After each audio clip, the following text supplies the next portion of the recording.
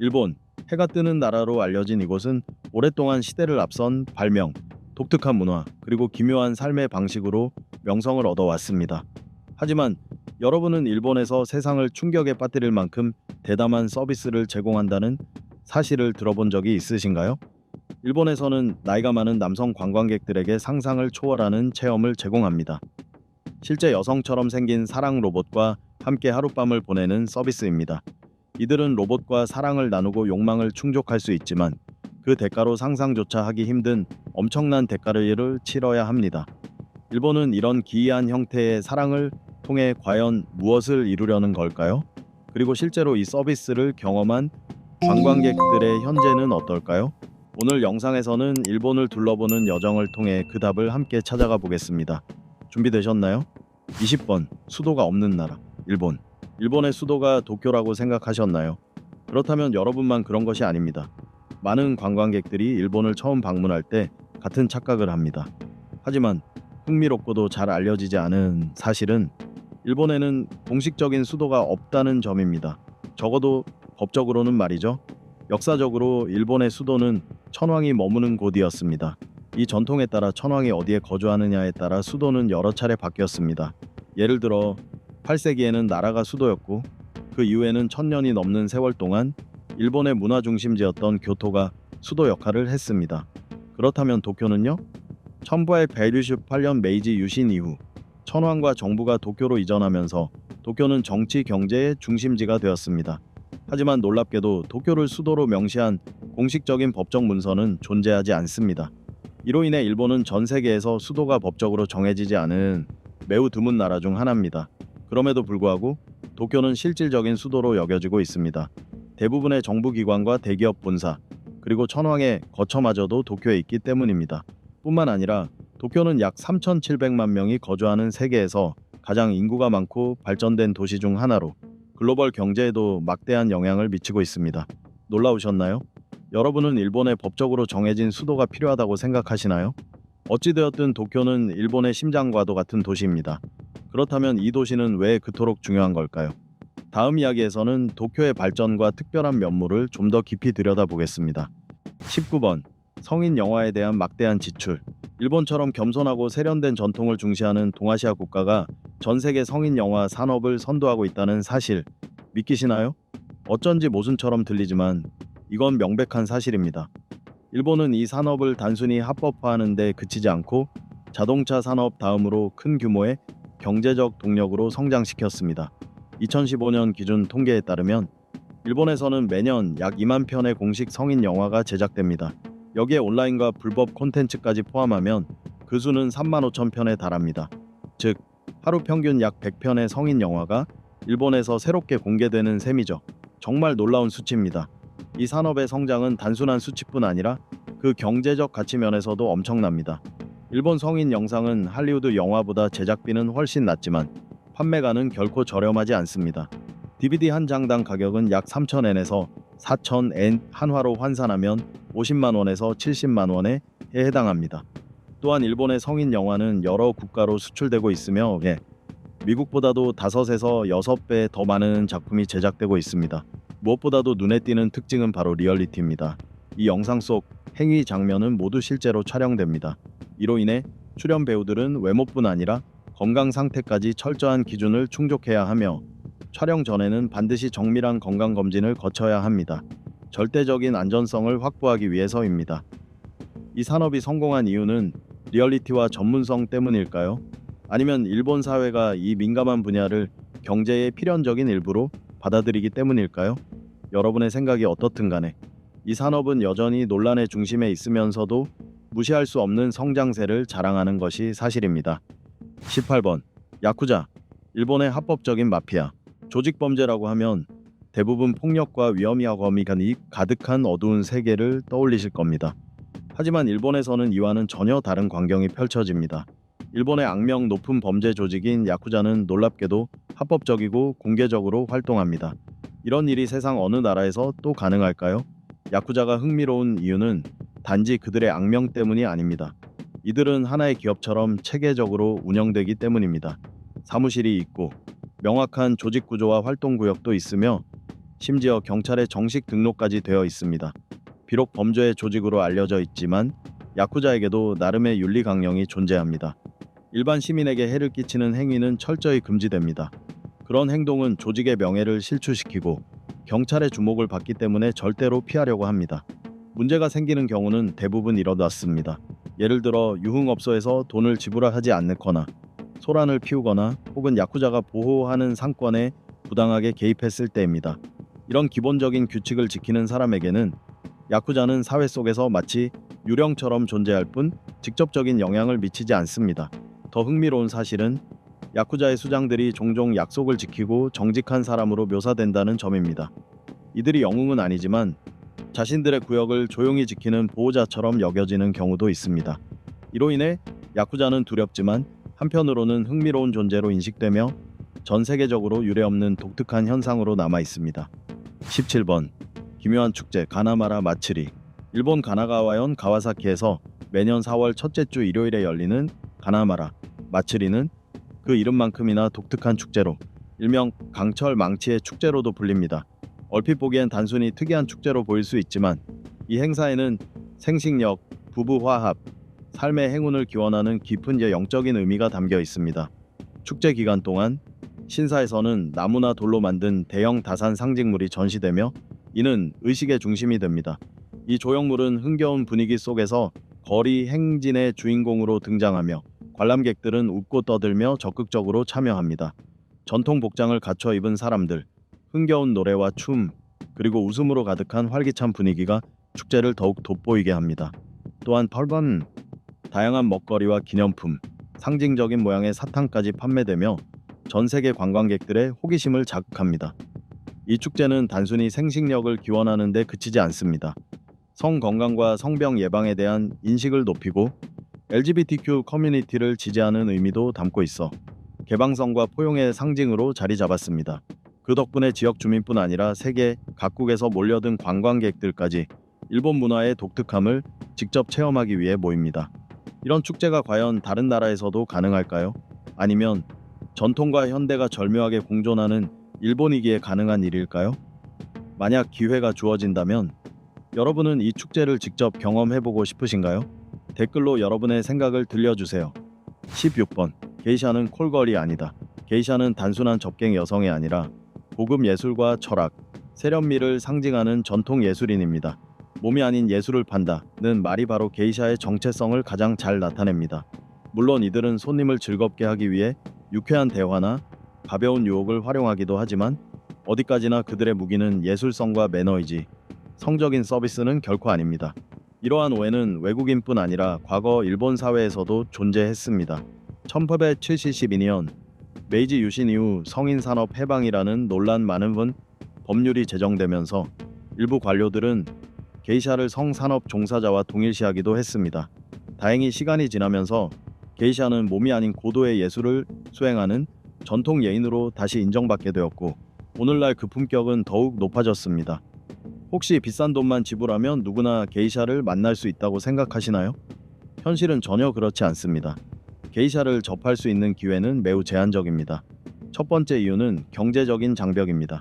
정확한 요금은 비공개지만 소문에 따르면 2시간의 접대 비용은 약 800달러에 달하며 이마저도 방 대여료와 음식값은 별도입니다. 두 번째이자 더 중요한 이유는 문화적 요소입니다. 손님은 아무나 찻집에 들어가 게이샤를 요청할 수 없습니다. 반드시 그 찻집을 잘 아는 사람의 소개와 보증을 받아야만 입장이 가능합니다.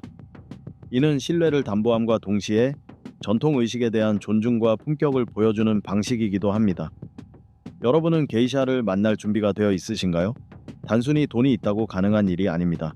무엇보다 중요한 것은 게이샤가 상징하는 정제된 가치와 문화에 대한 이해와 존중입니다. 그리고 그들이 보여주는 의식과 예술에 대해 더 궁금하시다면 앞으로도 계속 저희 채널과 함께 해주세요. 15번 벌거벗은 초밥은 일본 문화일까? 많은 사람들이 여체머리가 일본의 전통 문화라고 오해하지만 사실 그렇지 않습니다. 이 현상은 특히 캐나다, 러시아, 미국 등지에서 전 세계적으로 퍼졌지만 일본에서는 전통으로 여겨진 적이 단 한 번도 없습니다. 실제로 나이든 일본인들 중에는 여체몰이라는 단어의 의미조차 모르는 이들도 많습니다. 그만큼 일본인의 일상 문화와는 거리가 먼 개념입니다. 여체몰이의 인기는 대부분 해외 식당이나 기업이 의도적으로 식사의 예술 혹은 일본식 문화 체험이라 홍보하면서 만들어낸 결과입니다. 결국 이들의 목적은 고객의 호기심을 자극해 수익을 창출하는 데 있습니다. 그러나 일본 사회는 이 행위를 전통으로 인정하지 않으며 이를 일본의 독특한 문화처럼 소개하는 것은 오히려 이 나라에 대한 많은 오해를 낳게 했습니다. 일본의 음식 문화는 무엇보다 섬세함, 청결함, 그리고 음식 자체에 대한 존중을 중요하게 여깁니다. 외부인의 시선에는 예술적으로 보일 수 있을지 몰라도 벌거벗은 사람의 몸 위에 초밥을 올리는 행위는 위생과 예절을 중시하는 일본 전통 식문화의 정면으로 반하는 것입니다. 실제로 이러한 문화를 잘 아는 사람들에게는 무례하게 비칠 수도 있습니다. 많은 일본인들은 이 녀체몰이라는 개념을 듣고 혼란스럽거나 불편함을 느끼며 일본의 문화 이미지가 왜곡되는 것을 원치 않습니다. 14번. 사랑 로봇 서비스 산업. 언젠가 인간이 사람 대신 기계를 연인으로 선택하는 시대가 올 것이라고 믿으시나요? 일본에서는 이 상상이 서서히 현실이 되고 있습니다. 일부 호텔에서는 사랑 로봇 서비스라는 논란의 여지가 있는 새로운 산업을 도입하고 있기 때문입니다. 이 서비스는 주로 외롭거나 새로운 경험을 찾는 중장년 남성 관광객들을 타깃으로 하며 실제 인간처럼 부드러운 실리콘 피부와 완벽한 외모, AI 기반의 대화 기능을 갖춘 로봇이 제공됩니다. 업체들은 고객을 끌어들이기 위해 인기 애니메이션 캐릭터를 활용한 광고도 마다하지 않으며 제품의 현대적이고 안전한 특성을 강조하면서 위로를 찾는 남성들에게 이상적인 해결책이라고 주장합니다. 하지만 이 서비스를 한번 이용하는데 드는 비용은 결코 저렴하지 않습니다.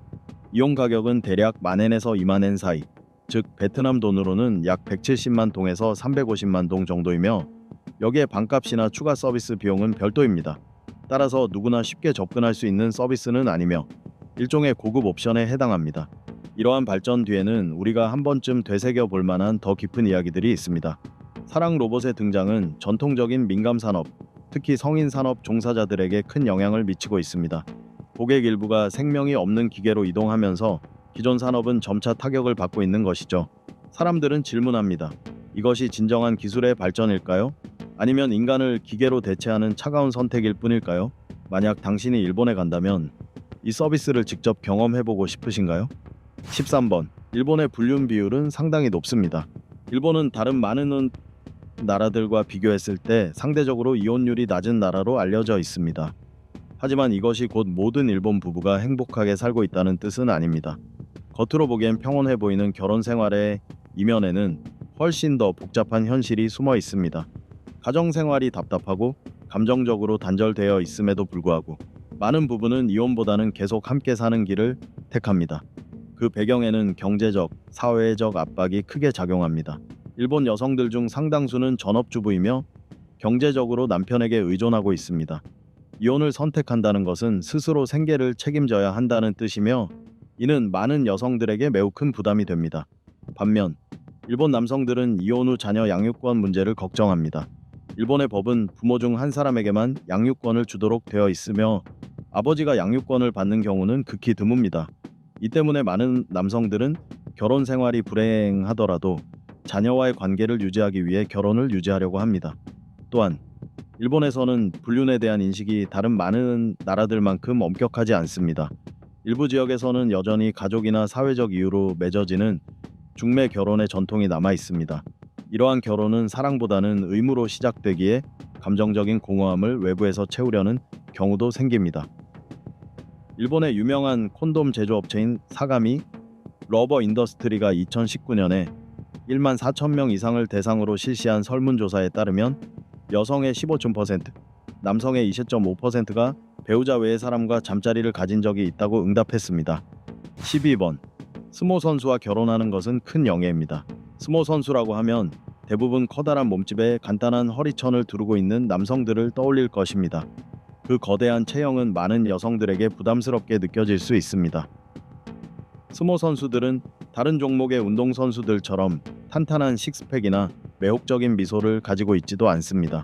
오히려 무뚝뚝한 표정으로 경기장에 서 있는 모습은 마치 지하철 열차처럼 진지하기만 합니다. 그러나 일본 여성들에게 스모 선수의 아내가 된다는 것은 정말 꿈같은 일입니다. 일본에서는 배우, 모델, 텔레비전 스타 등 미모의 여성들이 체중이 100kg이 넘는 남성과 결혼하는 것이 드문 일이 아닙니다. 그들은 자신의 커리어를 포기하면서까지 좋은 아내, 헌신적인 어머니, 그리고 남편의 경력을 뒷받침하는 조력자로 살아가는 삶을 선택합니다. 스모는 단순한 스포츠가 아닙니다. 일본에서는 스모가 국가의 상징이자 신도의식과 깊이 연결된 존재입니다. 스모 경기가 열리는 링은 단순한 경기장이 아닌 신성한 장소로 여겨집니다. 스모 선수들은 살아있는 신이라 불리며 인생 전체를 세우모에 바치겠다는 절대적인 서약을 지켜야 합니다. 그들은 신들의 제자처럼 여겨지며 국민들의 거의 무조건적인 존경을 받습니다. 일본인들은 스모 선수들이 육체적으로나 정신적으로 혹독한 훈련을 견디며 강인한 체력을 길러나가는 점을 높이 평가합니다. 일본에서는 스모가 야구 다음으로 가장 많은 팬을 보유한 스포츠입니다.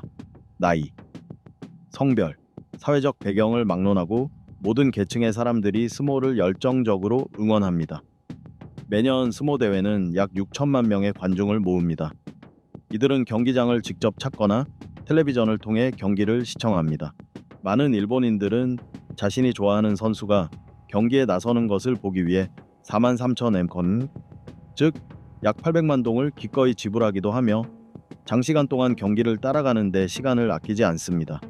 스모 선수들은 매우 높은 수입을 자랑합니다. 그들의 연봉은 다른 스포츠계의 부유한 유명 인사들에 필적할 만큼 많습니다. 현역 시절에는 광고주들의 후원을 받으며 스모 협회로부터도 넉넉한 수당을 지원받습니다. 선수의 계급이 높을수록 수입도 더 많아집니다. 여기에 보너스 소득도 있습니다. 경기에서 승리할 때마다 기본 월급보다 몇 배 많은 상금을 받으며 이 상금은 선수의 연차와 경기 성과에 따라 증가합니다. 또한 스모 관련 광고 출연으로도 큰 수입을 올릴 수 있습니다. 이 모든 것을 합치면 스모 선수들은 1년에 상당한 금액을 벌어들일 수 있습니다. 예를 들어 2000년대의 유명한 스모 선수 아사쇼류는 연간 130만 달러의 수입을 올린 바 있습니다. 11번 은둔형 외톨이 70만 명 이상. 은둔형 외톨이는 자발적으로 사회와의 모든 연결을 끊고 작은 방 안에 틀어박혀 수년을 보내는 사람들을 말합니다. 일본에서는 이들을 히키코모리라 부르며 수십 년 전부터 사회적 문제로 인식되어 왔습니다. 히키코모리는 주로 30 전후의 젊은 성인이거나 심지어 중장년층까지 포함되며 대개 무직 상태입니다. 이들은 외부 세계와의 접촉을 거의 완전히 끊고 가족, 특히 부모에게 의존하며 살아갑니다. 대부분의 히키코모리는 자신의 방 안에서만 생활하며 일도 하지 않고 공부도 하지 않으며 누구와도 대화하지 않습니다. 음식이나 생필품은 부모가 방 문 앞까지 가져다주며 최소한의 삶을 유지하도록 도와줍니다. 어떤 사람들은 이 상태를 수십 년 동안 지속하기도 하며 결국 그 작은 방이 자신의 전부가 되어버립니다. 일본 정부의 통계에 따르면 2023년 기준으로 전국에 약 150만 명의 히키코모리가 있는 것으로 추정되며 이는 잠재적 노동 인구 중 상당한 비율을 차지합니다. 히키코모리 문제는 개인의 문제를 넘어 가족과 일본 사회 전반에 큰 부담으로 작용하고 있습니다. 히키코모리의 부모들은 자녀를 부양하며 이 사실이 사회에 드러나지 않도록 감추기 위해 정신적, 경제적으로 큰 압박을 받습니다.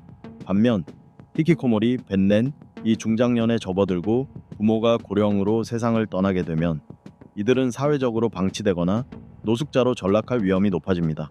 이처럼 악순환이 반복되는 현실을 해결하기 위해 일본 정부는 다양한 노력을 기울이고 있습니다. 최근 몇 년간 일본 정부는 히키코모리가 사회에 재적응할 수 있도록 다양한 지원책을 마련해왔습니다.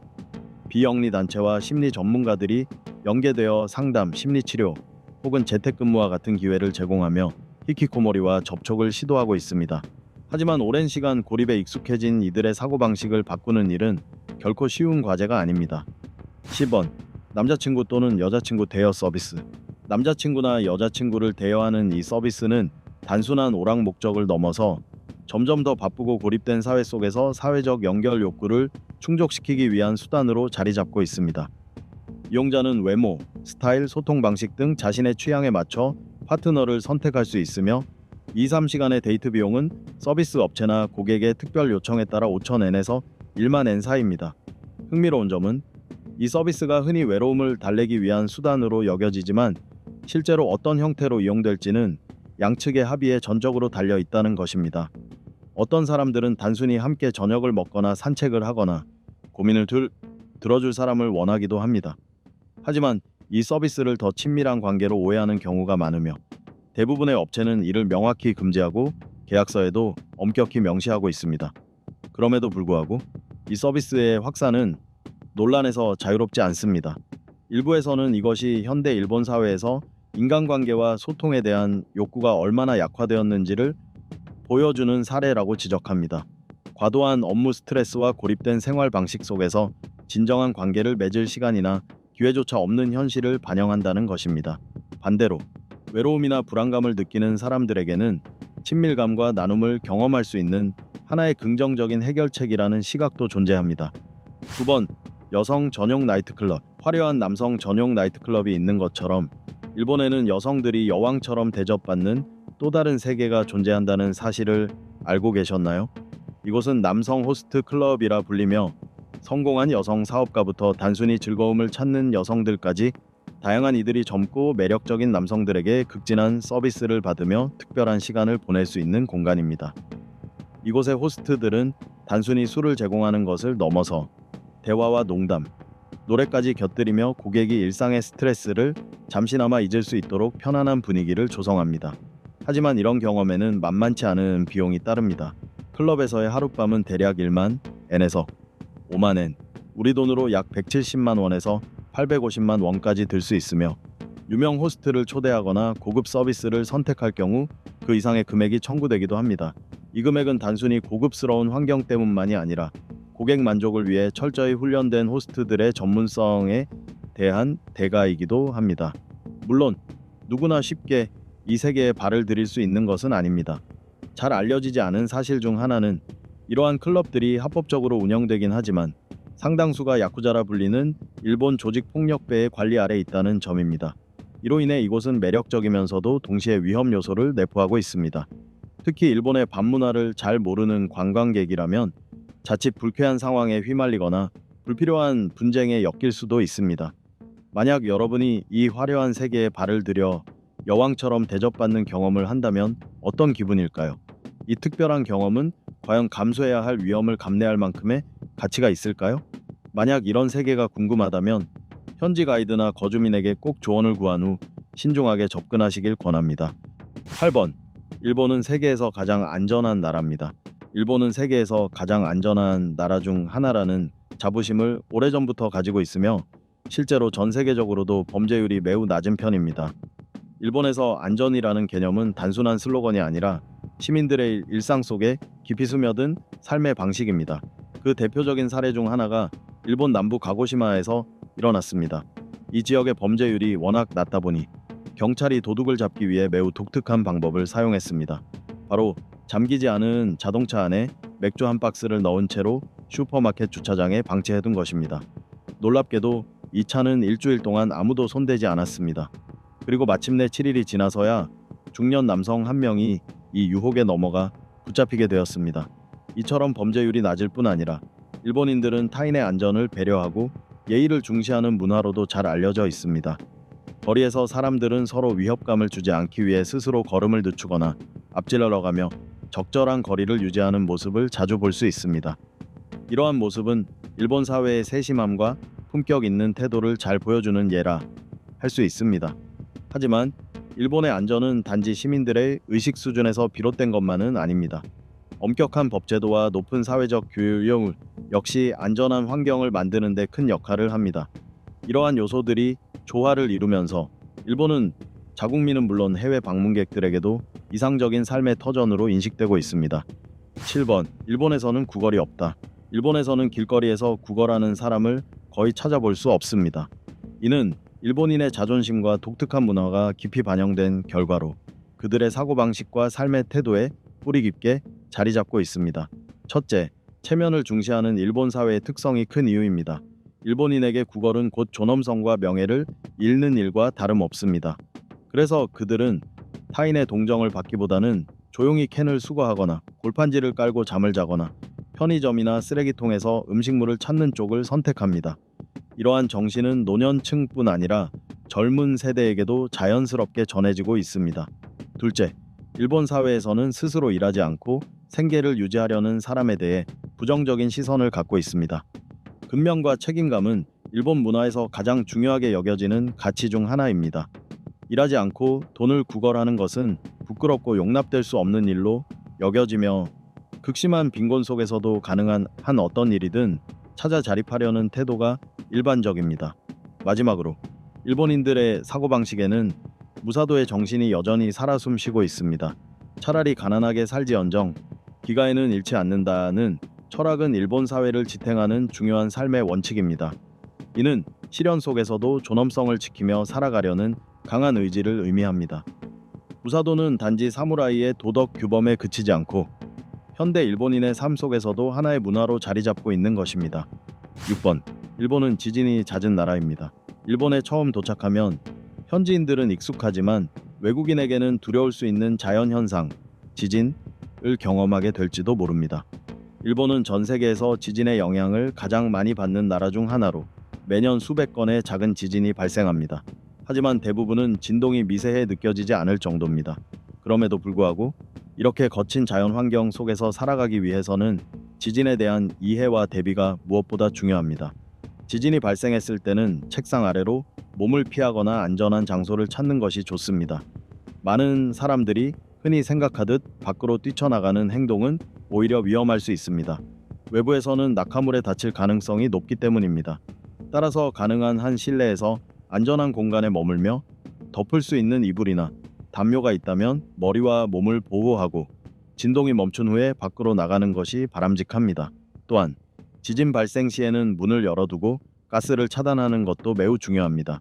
흔히 지진이 재난의 주된 원인으로 여겨지지만 실제로 진동 그 자체로 인한 사망자는 그리 많지 않습니다. 대부분의 인명 피해는 지진 이후 발생하는 화재, 건물 붕괴, 연기 흡입 등에서 비롯됩니다. 그렇기 때문에 평소 철저한 준비와 침착한 대처가 생명을 지키는 핵심이라고 할 수 있습니다. 5번. 세계에서 가장 긴 평균 수명. 현재 일본의 평균 수명은 약 85.03세로 홍콩의 85.29세에 근소하게 못 미칩니다. 하지만 더욱 놀라운 사실은 일본에는 100세를 넘긴 인구가 3만 명 이상이라는 점입니다. 전 세계를 놀라게 하는 이 놀라운 성과의 비결은 무엇일까요? 가장 중요한 요인 중 하나는 지난 60여 년간 일본이 이룩한 의료 시스템의 비약적인 발전입니다. 일본 정부의 적극적인 보조로 인해 현대적인 의료 서비스를 쉽게 이용할 수 있으며 병원과 클리닉은 첨단 장비와 숙련된 의료진을 갖추고 있어 위험한 질병도 조기에 발견하고 치료할 수 있습니다. 또한 일본인들은 규칙적인 운동과 활동적인 생활 습관을 가지고 있습니다. 걷기, 자전거 타기, 가벼운 스트레칭 등을 일상에서 실천하며 매일 건강을 유지하려는 노력이 몸에 배어 있습니다. 정부 역시 고령자를 위한 사회복지에 큰 비중을 두고 있으며 건강관리 프로그램, 연금 보조, 무료 혹은 저비용 의료 서비스 등을 통해 노년층이 보다 나은 돌봄을 받을 수 있도록 하고 있습니다. 여기에 더해 일본에는 첨단 노인의료 연구소도 존재하며 이곳에서는 노화 방지와 삶의 질 향상을 위한 연구가 활발히 진행되고 있습니다. 신체 건강뿐 아니라 정신 건강도 일본 사회의 중요한 요소입니다. 일본인들은 성실한 근무 문화를 기반으로 하면서도 명상, 다도, 전통 축제와 같은 여가 활동을 통해 스트레스를 효과적으로 해소합니다. 또한 지역 사회와 가족 간의 유대감 역시 일본인들이 더 오래, 더 행복하게 살아가는 데 큰 역할을 하고 있습니다. 4번. 일본은 매우 엄격한 분리수거 제도를 가지고 있습니다. 일본 거리를 걷다 보면 청소부는 거의 보이지 않는데도 항상 인상적일 만큼 깨끗하다는 점에 놀라신 적 있으신가요? 그 비결은 수십 년간 이어져 좋은 철저한 지역사회 의식과 엄격한 분리수거 제도에 있습니다. 일본에서는 어릴 때부터 환경의식과 분리수거에 대한 교육을 철저히 받습니다. 학교에서는 쓰레기의 종류를 배우는 것에 그치지 않고 점심시간이나 수업 활동 중 직접 분리수거를 실천합니다. 우유팩을 헹구어 재활용하거나 신문지를 접는 등의 작은 행동들이 자연스럽고 꾸준히 이루어지며 어릴 때부터 좋은 습관과 환경에 대한 책임감을 키워주는 역할을 합니다. 또한 일본의 분리수거는 매우 구체적이고 엄격한 규칙을 따릅니다. 쓰레기는 5가지 주요 분류로 나뉘며 이는 가연성 쓰레기, 음식물 찌꺼기, 종이, 천 등, 불연성 쓰레기, 금속, 유리, 도자기 등, 재활용 쓰레기 캔, 페트병, 신문지 등, 대형 쓰레기 가구, 대형 가전제품 등 유해 쓰레기, 배터리, 화학물질 등로 구분됩니다. 각 지역마다 수거 일정이 다르며 주민들은 반드시 정해진 분류에 따라 정해진 요일과 장소에 맞춰 배출해야 합니다. 일부 지역은 재활용률이 80%를 넘기도 하며 이는 세계 평균 약 30%에 비해 매우 높은 수준입니다. 분리수거는 단지 환경을 깨끗하게 유지하는 데 그치지 않고 여러 실질적인 이점도 제공합니다. 재활용된 자재는 제조업에 다시 활용되어 매립 쓰레기의 양을 크게 줄이며 자원의 소중함과 환경의 중요성에 대한 인식을 높여줍니다. 이러한 시스템은 지속 가능한 발전에 기여하며 일본 국민에게는 자부심의 원천이 되었습니다. 우리 모두가 이와 같은 의식을 지닌다면 우리의 생활 환경도 얼마나 더 나아질 수 있을까요? 3번. 세계에서 가장 오래된 회사는 일본에 있습니다. 무려 1400년이 넘도록 존속하면서도 그 정체성과 가치를 유지하고 있는 회사가 있다는 사실 들어보신 적 있으신가요? 일본에는 세계에서 가장 오래된 기업 중 하나인 공고구미가 있습니다. 이 회사는 서기 578년에 설립되어 단순한 기업을 넘어 장수와 전통 보존 정신의 상징이 되었습니다. 공고구미는 불교 사찰과 신사를 짓는 데 특화된 회사로 일본의 깊은 정신적 문화적 의미를 담은 건축물들을 지어왔습니다. 원래는 한국에서 건너온 목수 가문이 오사카의 시텐노지라는 일본 최초의 사찰 건축을 위해 초청받으며 시작되었고 그 이후로 일본 전역의 사찰과 신사 건축에 깊이 관여해 왔습니다. 이 회사가 특별한 이유는 단순히 오랜 역사를 가졌기 때문만이 아니라 장인 정신이 깃든 정교한 건축 기술로도 잘 알려져 있다는 점입니다. 이는 일본인의 예술성과 정신을 그대로 반영한 결과이기도 합니다. 그렇다면 이토록 오랜 세월 동안 한 기업이 생존할 수 있었던 비결은 무엇일까요? 공고구미는 뛰어난 건축 기술뿐만 아니라 수백 년에 걸쳐 시대에 맞게 변화하면서도 본질적인 가치를 지켜낸 것이 핵심입니다. 비록 이 회사는 2006년에 대기업과 합병되었지만 일본 곳곳의 사찰과 신사에 남겨진 공고구미의 작품들을 통해 그 유산은 지금도 이어지고 있습니다. 만약 일본의 상징적인 사찰과 문화를 직접 체험해보고 싶다면 작은 교토로 불리는 가나자와를 꼭 방문해 보시기 바랍니다. 이 도시는 전통 사찰과 정원으로 유명하며 특히 젠로쿠에는 일본 3대 정원 중 하나로 꼽히며 자연과 정신의 조화를 체험할 수 있는 명소입니다. 일본 문화의 평온함과 조화를 직접 느껴보고 싶으신가요? 가나자와는 역사적 건축물을 감상할 수 있을 뿐만 아니라 일본이 어떻게 전통을 보존하고 있는지를 이해할 수 있는 특별한 기회를 제공합니다. 공고구미에서부터 가나자와의 사찰과 정원에 이르기까지 일본은 여전히 전통과 현대가 완벽하게 어우러진 나라로 세계를 놀라게 하고 있습니다. 이번 일본의 멜론 한 통이 $200가 넘을 수 있는 이유. 이 멜론들은 단순한 과일이 아니라 일본 사회에서 문화적이고 상징적인 의미를 지닌 존재입니다. 일본에서는 봉건 시대부터 고급 과일인 귤이나 멜론이 선물 문화에서 중요한 역할을 해왔습니다. 당시 사무라이들은 장군에게 존경과 감사의 표시로 멜론이나 귤을 바쳤고 이 전통은 오늘날까지도 이어지고 있습니다. 지금도 고급 과일은 격식 있는 선물로 여겨지며 감사 인사나 축하, 중요한 행사에 사용됩니다. 과연 멜론 하나가 진심 어린 감사 인사를 대신할 수 있을까요? 일본에서는 멜론을 선물한다는 것은 단순히 먹거리를 건네는 것이 아니라 받는 이를 위해 정성을 들이고 깊은 감사를 표현하는 의미로 받아들여집니다. 일반적인 대량 생산 과일과는 달리 일본 멜론은 특히 유바리 킹 품종의 경우 극도의 정성과 전통적인 방식으로 재배됩니다. 일본 농부들은 한 통 한 통의 멜론이 모양과 맛에서 모두 완벽에 가깝도록 세심하게 가꿉니다.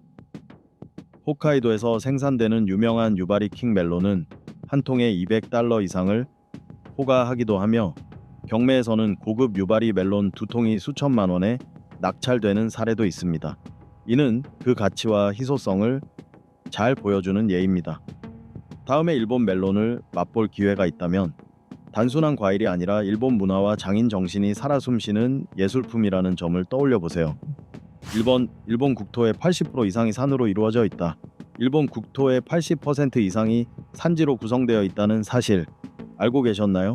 이로 인해 일본은 숨 막힐 듯 아름다운 자연 경관을 자랑할 뿐만 아니라 수많은 지질학적 신비를 간직한 나라이기도 합니다. 특히 일본에는 활동 중인 화산만 해도 100개가 넘는데 이는 전 세계 활화산의 약 10%를 차지합니다. 이처럼 일본은 세계에서 가장 지질 활동이 활발한 지역 중 하나입니다. 일본은 브레골이라 불리는 환태평양 지진대에 위치해 있어 지각판이 충돌하며 수많은 화산이 형성됩니다.